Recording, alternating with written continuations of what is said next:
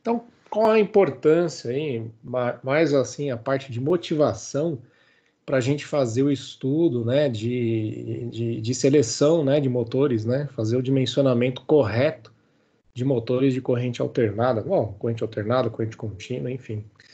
Essa importância, essa motivação é bem parecida para os dois casos, tá? Primeiramente, a questão do custo. Então, é claro que pode ficar mais caro, pode ficar mais barato, mas a gente tem que pensar que se a gente faz a escolha correta, a gente acaba economizando no futuro, né? Questão de manutenção, né? Se a gente fizer algo superdimensionado, a gente pode acabar gastando muita energia. Então, temos também uma vantagem aí relacionada à eficiência energética. E também a parte de segurança, né? Tanto a segurança do usuário quanto a segurança da aplicação. Aqui eu listo algumas características de um motor de corrente alternada, né? Que tem uma grande importância aí para a gente fazer na hora da seleção, né? Alguns pontos importantes, pontos chaves para a gente se preocupar na hora de fazer a seleção. Então, primeiramente, a gente tem que ter ciência, tem que ter consciência da rede de alimentação local, tá? Temos que ter também ciência da tensão nominal do motor, e aí eu acrescento, na verdade, não só a tensão nominal, como também a frequência nominal desse motor, tá? Temos que considerar aí velocidade e aceleração do motor, tá? Temos que considerar aí condições de trabalho, né, regime de trabalho do local onde ele vai ser instalado, da máquina, enfim. Considerar também o ambiente da instalação e sistema de fixação, tá? Parece que são pontos assim, não muito importantes, mas tudo isso tem que ser levado em consideração. Basicamente, o que nós vamos usar como referência serão os catálogos. Tem a placa do motor também, claro, isso aqui é uma boa fonte de informações dos motores, tá? Algumas informações daqui, quer dizer, boa parte dessas informações a gente vai descobrir o que elas significam hoje, tá? Mas basicamente são as nossas duas referências de informação. E uma coisa muito legal, né, que serve já também de talvez material didático para vocês desenvolverem atividade, né, é pesquisar nos sites dos fabricantes, tá? Normalmente os fabricantes eles disponibilizam uma quantidade assim bem grande de material, principalmente a VEG. Vocês vão perceber que boa parte dos slides aqui, do material que a gente apresenta para vocês, até dos livros, né, do Senai, são baseados em materiais da VEG, porque eles têm assim catálogos, apostilas, guias de seleção de componentes bastante completos. Então isso é uma referência muito boa para vocês utilizarem aí em qualquer desenvolvimento, né? Não só na parte industrial, tá bom? Então vamos começar a falar então da parte de rede de alimentação local. Bom, é preciso a gente saber o sistema, né? Se ele é monofásico, se ele é bifásico, se ele é trifásico, se ele é polifásico, enfim. Isso a gente tem normalmente uma noção, né? A gente tem aí, sei lá, a esmagadora maioria dos sistemas industriais aqui representando pelos sistemas trifásicos, tá? A gente tem aí algumas tensões típicas, né? 220, 380, 440, 760. Então, não basta só, né, conhecer, enfim, o local, enfim. Você tem que saber que sistema que está baseado, qual o nível de tensão que você vai trabalhar, porque esse é o primeiro parâmetro para você selecionar um motor, tá? Escolher os níveis corretos de tensão de alimentação, tá? Eu coloquei um link aqui embaixo, não sei se vocês têm conhecimento nesse tipo de informação. Eu acho que vai servir também para instalações elétricas, né? Esse link aqui da ANEEL, vocês conseguem colocar o nome do município, né? E verificar e constatar quais são os níveis de tensão nominais, né? Daquela região. Então, é uma referência bem interessante. É claro que, como o desenvolvimento das cidades aí é um negócio bem desigual, né? Bem não uniforme, o que acontece é que às vezes você tem um bairro, no mesmo município, lá você tem um bairro que tem um padrão e você tem um outro bairro que foge do padrão, que tem lá um sistema de alimentação um pouco diferente. Bom, é uma fonte interessante, né, de referência, né, mas Qualquer projeto, eu acho que, enfim, vocês devem ter isso, uma noção disso. Vocês têm que fazer uma visita no local, né? Conhecer as condições onde a máquina, onde o sistema será instalado, tá? Bom, no caso do motor, a gente tem, então, tanto na placa como no catálogo do motor, a gente tem as informações de tensão nominal, de frequência nominal, tá? Pode parecer que não, mas frequência nominal é uma coisa muito importante, tá? Como a gente sabe, bom, para quem não sabe, vai ficar sabendo agora, né? A gente tem um país vizinho aqui, coladinho com a gente, o Paraguai, que trabalha com um padrão aí de 50 Hz. E se você pensar que de repente essa variação de frequência não faz nenhuma influência, na verdade faz, e faz bastante. A frequência ela está diretamente relacionada com a velocidade síncrona do motor, quer dizer, a rotação do motor, né? Você tem uma frequência de 50 Hz, você pode ter uma variação aí de até 20% na rotação do motor, tá? Então isso é uma coisa importante aí. Claro que no território nacional dificilmente você vai ter uma variação desse tamanho, né? Que vai ser sempre 60 Hz. Só se você for prestar um serviço aí em uma região próxima de Paraguai, pode ser que você enfrente algum problema desse tipo, tá bom? Então na placa aqui a gente tem essa informação aqui da frequência, temos as informações aqui de tensão, tanto em fechamento triângulo como fechamento estrela, 380, 220, tá? Indicações aí de como é feito o fechamento em cada caso. Então, essas informações estão presentes no motor. Bom, vamos revisar, vamos ver se vocês estão lembrados aí de como é que as coisas funcionavam aqui, né? Então, eu coloquei dois desenhinhos, duas representações, tá? Nas figuras da esquerda, nós temos aí essas três bobinas representando os três grupos de enrolamentos de um motor, tá? Vamos pensar que isso aí são os grupos de enrolamentos de um motor trifásico, tá? Então, nós temos aí um fechamento em estrela, tá? Nas figuras do lado direito, nós temos aí também os três grupos de enrolamentos de um motor trifásico e nós temos a alimentação em triângulo, tá? Batendo o olho, vocês já vão observar que eu já coloquei as informações lá de tensão de linha e tensão de fase, né? A gente tem aí uma diferença, né? Quer dizer, em triângulo, a gente tem tensão de linha exatamente igual à tensão de fase. Em estrela, a tensão de linha não é igual às tensões de fase. Então é como se essa tensão cadê meu mouse? Tá aqui. Essa tensão de linha aqui de 220 entre duas fases aqui, né? Ela vai ter uma divisãozinha, né? É como se ela estivesse se dividindo entre essas duas espiras aqui, entre essas duas bobinas.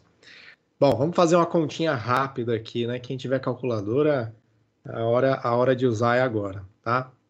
Então, assim, se a gente pegar a tensão de fase aqui, ó, então VF, tá? Vai ser igual à tensão de linha, que vai ser os nossos 220, e a gente vai dividir por raiz de 3. Aí a gente vai ter essa relação estabelecida.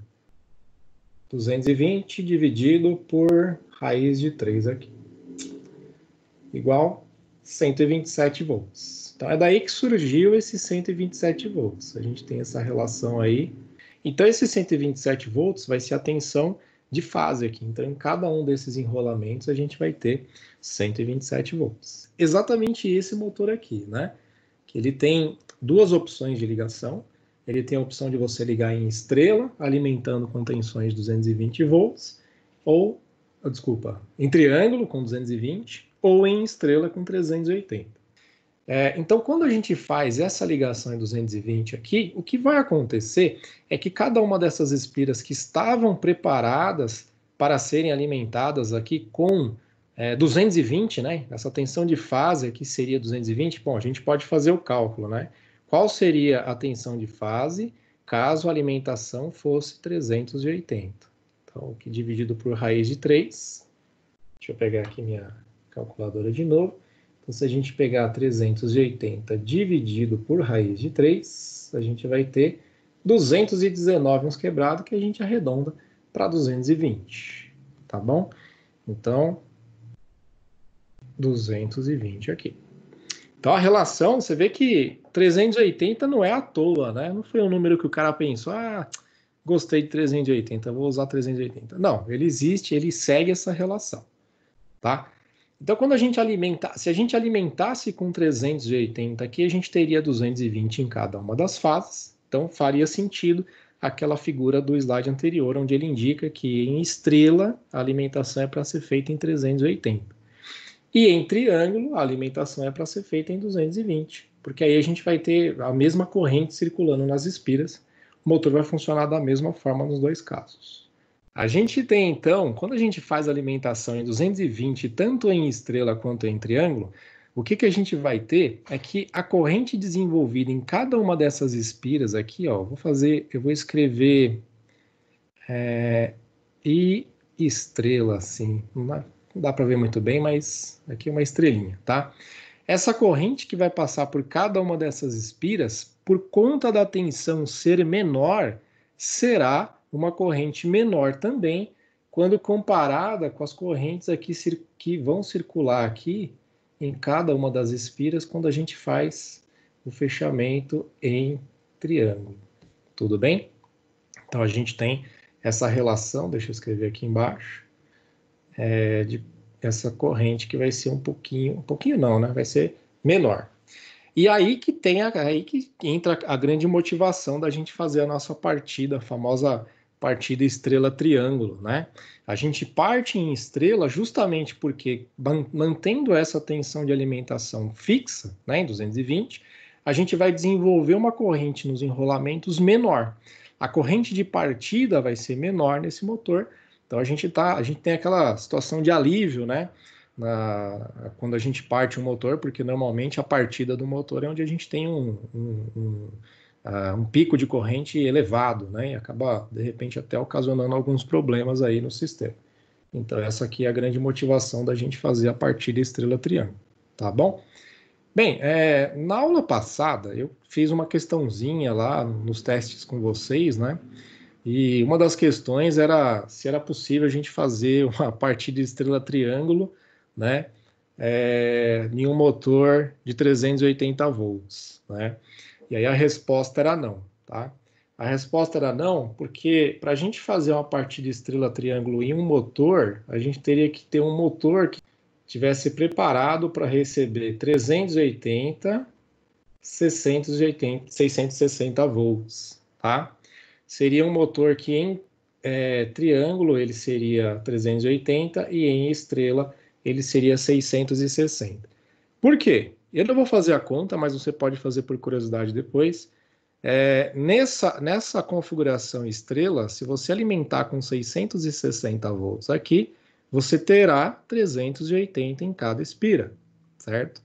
E aí na configuração triângulo, se você alimentar com 380, de novo teremos 380 em cada uma das espiras, tá?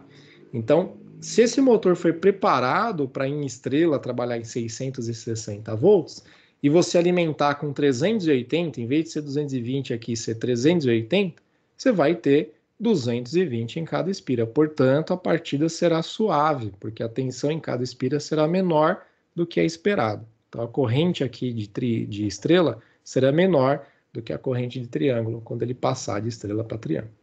Tá bom? Tem pessoal que fala que é um tipo de motor especial, mas não é um motor especial. Aqui eu coloquei duas fotos aqui, né, desse tipo de situação, da placa dos motores, né? Então aqui a gente tem um motor aqui do lado esquerdo, né, onde nós temos para triângulo 380 volts e para estrela 660 volts, tá bom? Então esse aqui seria o motor correto para a gente fazer uma partida estrela-triângulo utilizando 380 volts. Utilizando 220 volts, a gente utiliza esse tipo de motor aqui para fazer uma partida estrela-triângulo. Então, 220 em triângulo, 380 em estrela. Esses outros parâmetros que estão aqui na placa, a gente vai entendendo eles ao longo da aula de hoje. Vamos falar então um pouquinho agora sobre a parte de velocidade e aceleração. Velocidade, vocês estão acostumados já, quando a gente está falando de motores, a gente representa a velocidade em termos de rotação, e a unidade mais utilizada é RPM, rotação por minuto, tá? Quando a gente fala em aceleração, em termos de aceleração, a gente está falando, na verdade, em termos de tempo de aceleração, né? O tempo até ele atingir a rotação nominal. Quando você liga o motor, ele já não sai rodando, sei lá, 3.500 RPM. Não, ele sai de zero e ele demora um certo tempo até ele chegar na rotação nominal dele, tá? Rotação nominal que também é chamada de rotação síncrona, tá? Então, essa aceleração, quando a gente fala aceleração de um motor, a gente está falando em tempo de aceleração, tá? Falar aceleração ou tempo de aceleração dá na mesma. É o mesmo conceito da física, né? A aceleração é a variação de velocidade, né? Mas quando a gente fala na física, aceleração, a gente não está representando necessariamente tempo. Mas em motores a gente está falando de tempos, então a gente vai falar em segundos, tá? Tipo assim, ele demora 10 segundos para chegar na rotação nominal, né? Estou exagerando. É alguma coisa relacionada a isso, tá?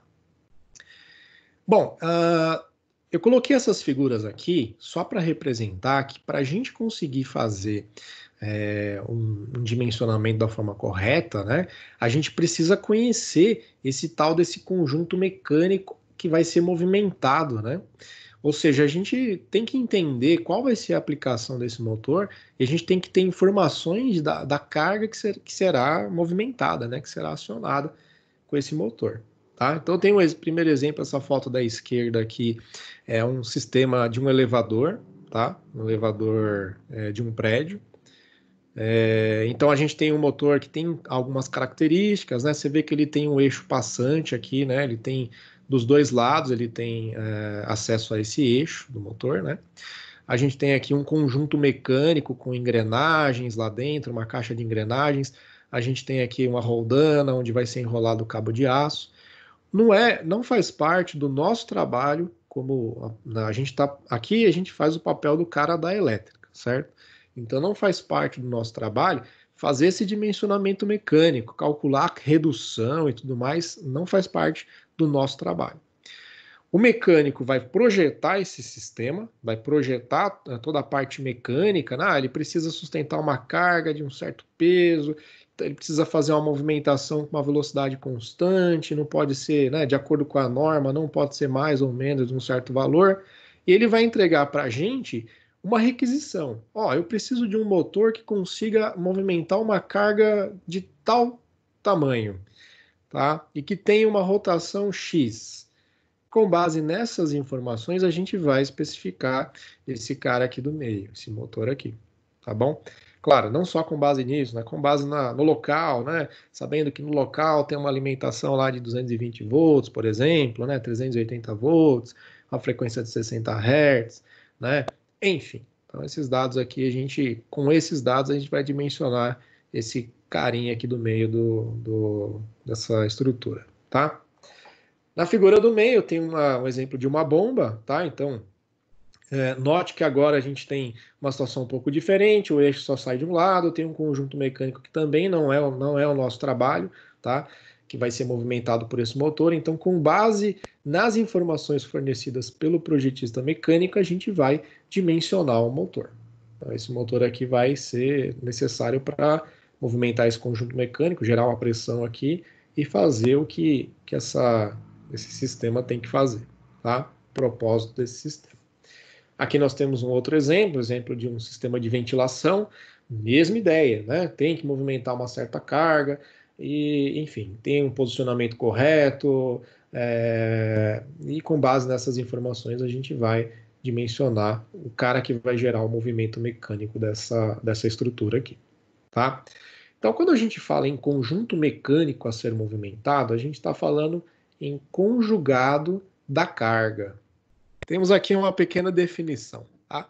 Então, conjugado, né, também pode ser encontrado com esses outros nomes aqui, ó, momento, pode ser encontrado com o nome de torque, pode ser também encontrado com o nome de binário, tá? Bom, eu acho que agora vocês sabem o que é, né? O torque todo mundo sabe o que é, né? Todo mundo sabe o que é. Eu acredito, pelo menos, todo mundo sabe o que é. Momento, binário, então são todos os nomes. Na verdade, a gente utiliza nomes diferentes muitas vezes quando a gente está tendo aplicações diferentes para uma determinada grandeza, né?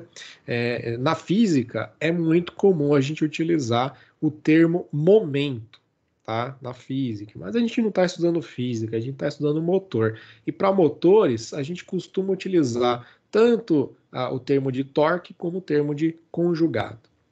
E para a gente definir, para vocês, né, terem aí uma definição guardadinha para vocês, vocês podem guardar essa frase, tá?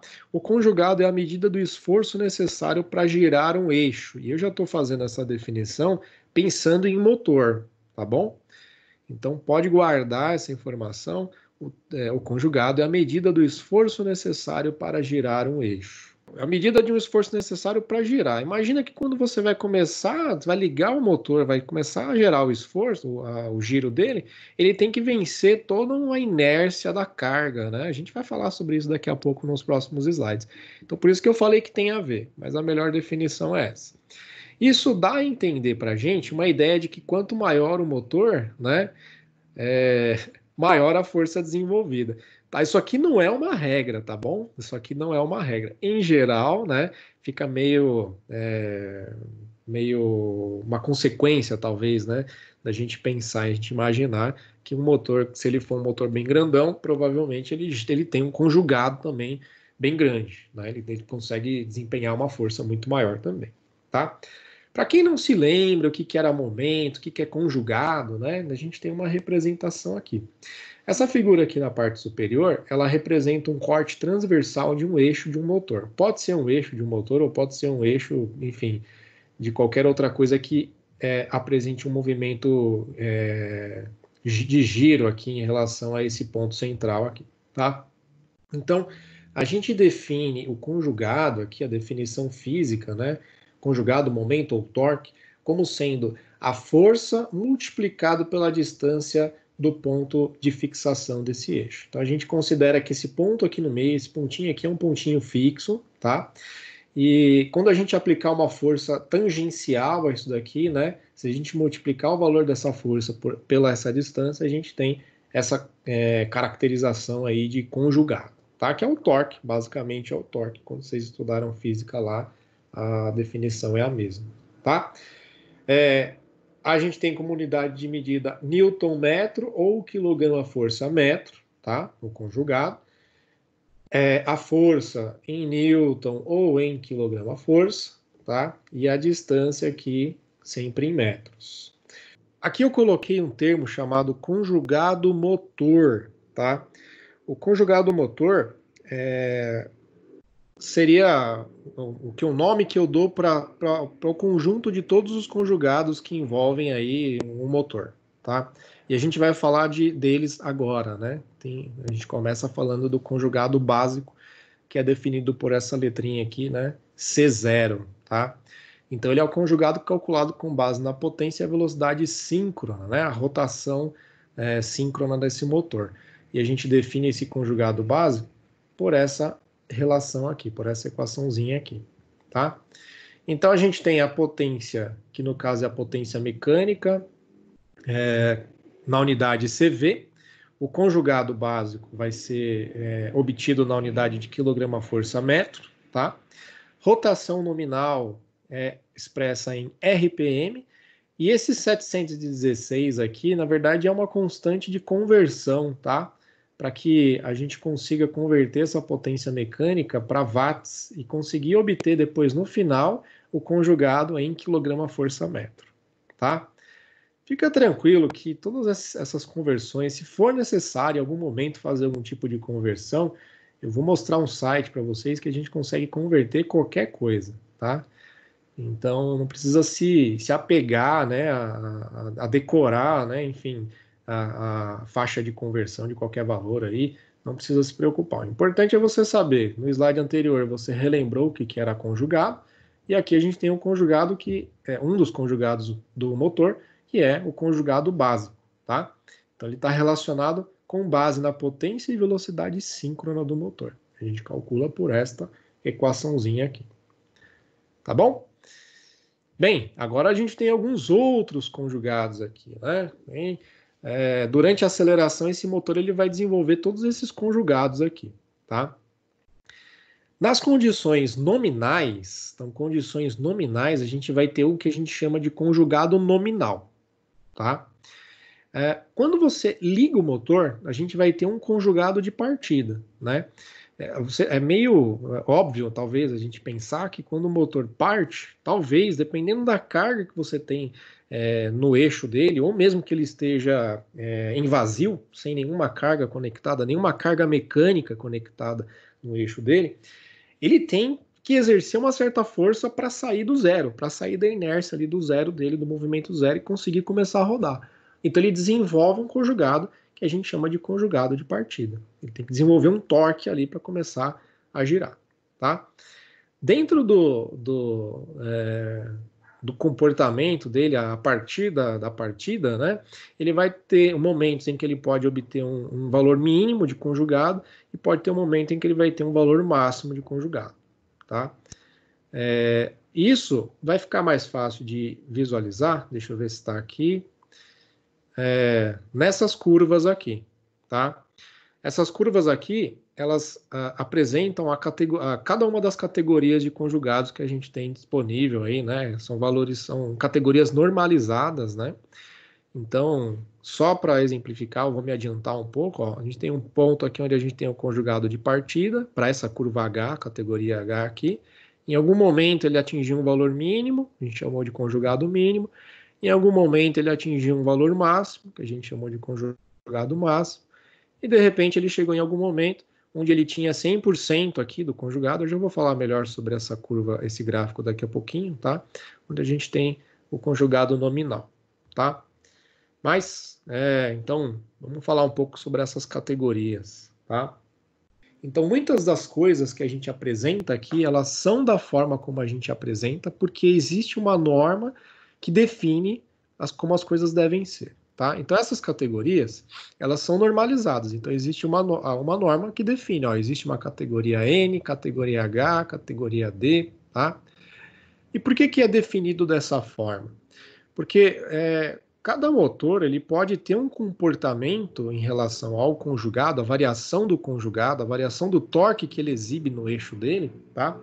Que pode ser diferente, de acordo com características construtivas, enrolamento, a estrutura mecânica, né, a carcaça e tudo mais, tudo isso pode influenciar com relação ao desempenho que ele vai expor ali, né, quando em funcionamento, tá? E esse comportamento faz a gente categorizar, porque para uma aplicação diferente, a gente vai ter categorias diferentes de conjugados. Então, por exemplo, a gente tem uma categoria N, que é N provavelmente porque é N de normal, tá? Tá representando a maior parte das aplicações. Ele tem a característica de ter baixo escorregamento, tá? Condições normais de partida, então ele não tem um conjugado muito elevado na partida, tá? E ele pode ser aplicado, por exemplo, em bombas, em máquinas operatrizes, ventiladores, tá? Então, assim, isso já dá uma ideia, tá? De, por exemplo, se eu tenho uma aplicação onde eu preciso fazer um sistema de ventilação, provavelmente eu vou utilizar um motor de conjugado categoria N, tá?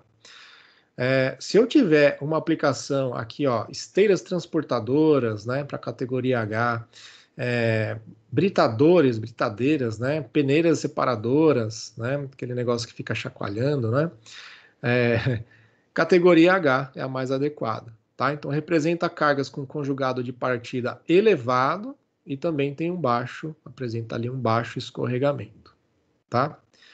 Temos também a categoria D, tá? Que tem aí, já apresenta um conjugado de partida, já também não necessariamente elevado, tá? Normalmente ele é em condições normais, mas ele pode ter da categoria D também com conjugado de partida alto, tá?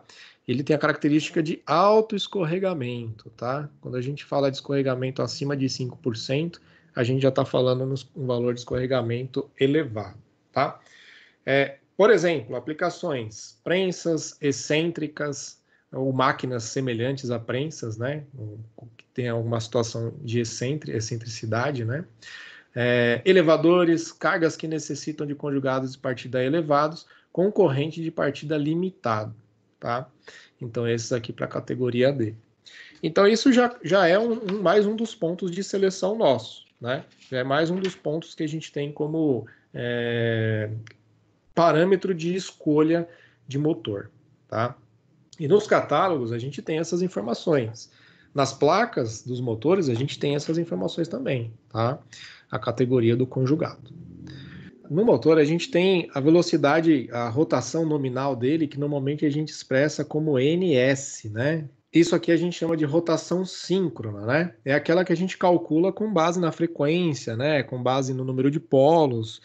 Mais adiante eu vou mostrar como a gente faz para calcular a rotação síncrona, né? E a gente tem uma rotação que a gente observa no eixo do motor. Não necessariamente o valor da rotação síncrona é o que ele vai apresentar no eixo.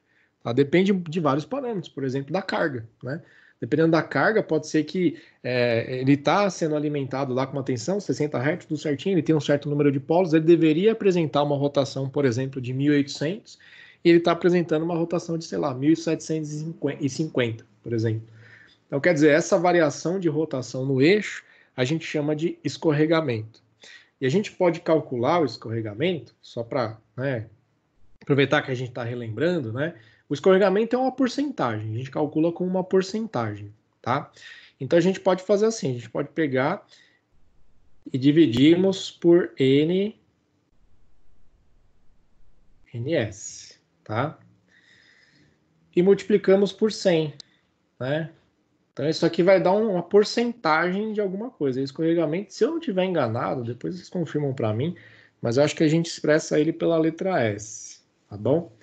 Então, por exemplo, você tem lá uma rotação, vamos fazer um cálculo bem rápido aqui, né? Pelo número de polos, considerando que ele está trabalhando com 60 Hz, ele deveria ter uma rotação de 1.800. Então, essa é a rotação síncrona dele, tá? Só que vamos supor que ele apresentou uma rotação de 1.750, tá? Divido aqui por 1.800, rotação síncrona, multiplico por 100 no final, já deu 2,7%. Provavelmente é isso mesmo, 2,7%. Certo? Então a gente tem nesse caso aqui, onde na prática, né, era para ser uma rotação de 1.800 RPM, 1.800 rotações por minuto. O cara foi lá e mediu, pegou um tacômetro lá, mediu, a rotação estava dando 1.750. Então significa que ele obteve um escorregamento, está tendo, né, um escorregamento de 2,7%. Tá bom? Eu já havia mostrado esse gráfico, né? Mas agora só para formalizar, esse gráfico aqui nesse eixo ele mostra então o conjugado, tá? A plena carga, e nesse eixo ele está mostrando a velocidade. É sempre em valores de porcentagem, tá? Então ele parte aqui, né? O motor vai sempre partir daqui desse pontinho do zero aqui da origem do gráfico, tá?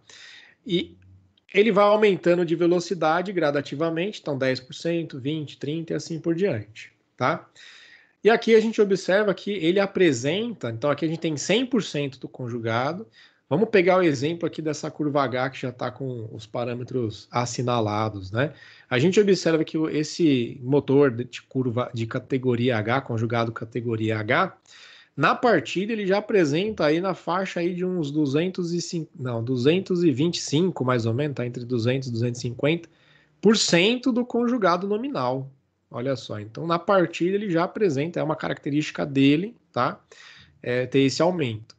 Conforme vai aumentando a velocidade, há uma pequena redução, então ele atinge um patamar onde a gente tem o conjugado mínimo. Depois, quando a gente está quase chegando a 100%, ele atinge lá um valor máximo, vai para um pico de conjugado máximo. E aí, bem próximo da rotação nominal, né, da velocidade nominal, ele atinge lá 100% do conjugado e aí zera. Tudo bem? Agora, como que essas curvas são obtidas, né? Então você percebe que a categoria H é bem parecida com a categoria N e bem diferente da categoria D. Como que essas curvas são obtidas? Essas curvas, elas são obtidas de forma empírica, ou seja, o cidadão vai lá, pega os motores e começa a fazer medição. Então ele vai aplicando carga, vai aumentando a velocidade, vai medindo a velocidade e vai medindo a variação de conjugado, tá? E aí, com esses dados, né, de medições, ele vai obtendo esses gráficos aqui e vai traçando essas curvas, tá? E é claro, o fabricante ele já detém dos parâmetros necessários para fabricar um motor e ter ele com um comportamento de categoria N, ou de categoria H, ou de categoria D, enfim, isso é uma tecnologia do fabricante, tá bom? Por que que ele, quando chega a 100% da rotação, ele zera o conjugado? Parece estranho, né? Vendo à primeira vista, isso parece estranho, mas faz muito sentido. Você tem que pensar o seguinte: na física, voltando para a física, né? A relação de força, tá? Ela relaciona massa e aceleração. Vocês devem lembrar disso aqui, né? O motor ele está em aceleração a partir do momento em que ele sai de velocidade zero até o ponto que ele chega em velocidade máxima dele, a rotação nominal dele, tá bom? A aceleração, ela mede a taxa de variação de velocidade. A partir do momento que você não tem mais variação de velocidade, ou seja, que a velocidade ela é constante, você não tem mais aceleração. Se você não tem mais aceleração, você não tem mais força. E a gente mostrou em uns slides anteriores que o conjugado era força multiplicado por uma distância. Se eu não tenho mais força, eu não tenho mais conjugado, tá?